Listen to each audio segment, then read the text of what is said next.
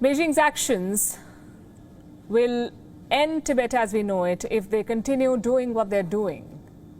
And this cannot be allowed to happen, should not be. And this is where India comes in. For decades, the Tibetan government in exile has kept the Buddhist culture and traditions alive in India. India has a shared history with Tibet. For centuries, it was an autonomous and independent Tibet that shared a border with India, not China. But after Beijing annexed Tibet, the region has become the chief flashpoint between the two countries. Our next report takes you back in time to tell you how Tibet has impacted the India-China relationship and in many ways how Tibet has shaped this relationship.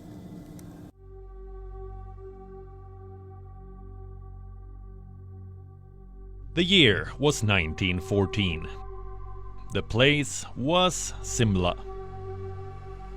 The occasion was the signing of a historic treaty,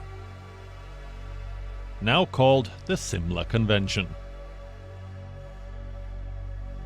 The treaty delineated the borders between India and Tibet. India wasn't free then, it was represented by the British. But Tibet was still an autonomous territory. Its leaders agreed to the Simla Convention. China refused to sign it. 36 years later, Tibet lost its autonomy. In 1950, China took control of Tibet and dumped the Simla Convention. 9 years later, China cracked down on Tibetans and forced the Dalai Lama and his followers out of Tibet. By then, India was an independent country. It took the Dalai Lama and his followers. This event in 1959 marked the end of a free Tibet and the beginning of a dispute that still casts a shadow on India-China relations. China says India is meddling in its internal affairs by hosting Tibetans. The Chinese military became increasingly aggressive after India gave asylum to the Dalai Lama. This led to the 1962 war, when Chinese troops carried out a simultaneous attack in Ladakh and Arunachal Pradesh. The war completely shattered diplomatic ties between India and China.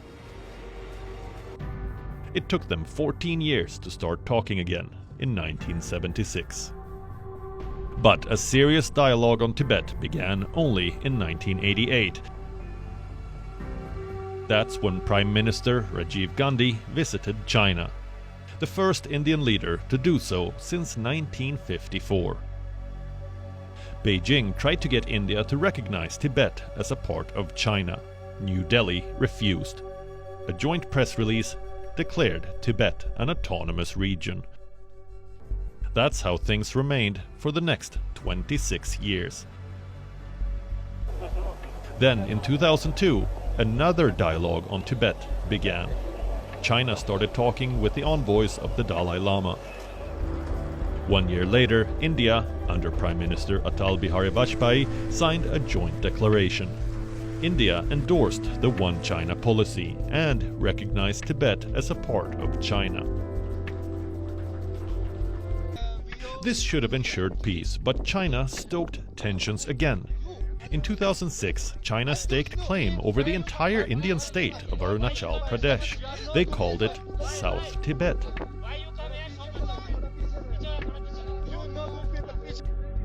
India responded by omitting references to the One China policy from its statements. Since then, China has been pushing aggressive claims on the border with military action. Border skirmishes became frequent from the Tibetan side. A major provocation happened in Doklam in 2017, followed by the Ladakh border standoff that began in 2020 and still continues. The Modi government has attempted a shift. In 2017, the Dalai Lama was allowed to visit Tawang, a small town in Arunachal Pradesh, despite Beijing's vocal opposition.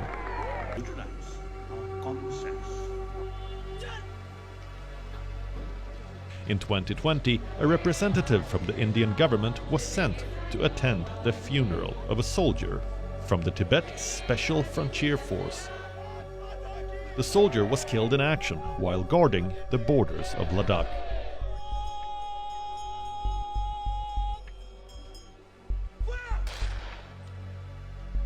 And this year, India's Prime Minister Narendra Modi wished the Dalai Lama on his birthday a few weeks back. The first such public acknowledgement since 2013. India has tried all approaches with China. Beijing's response hasn't changed. It wants absolute control. It wants to change Tibet, destroy its culture, change its demographics, and subdue its people. China is pumping big money to build military infrastructure at the Tibet border. Now, Xi Jinping's visit is another message. China is playing an aggressive game. The ball is in India's court. Bureau Report, World is One. WION is now available in your country. Download the app now and get all the news on the move.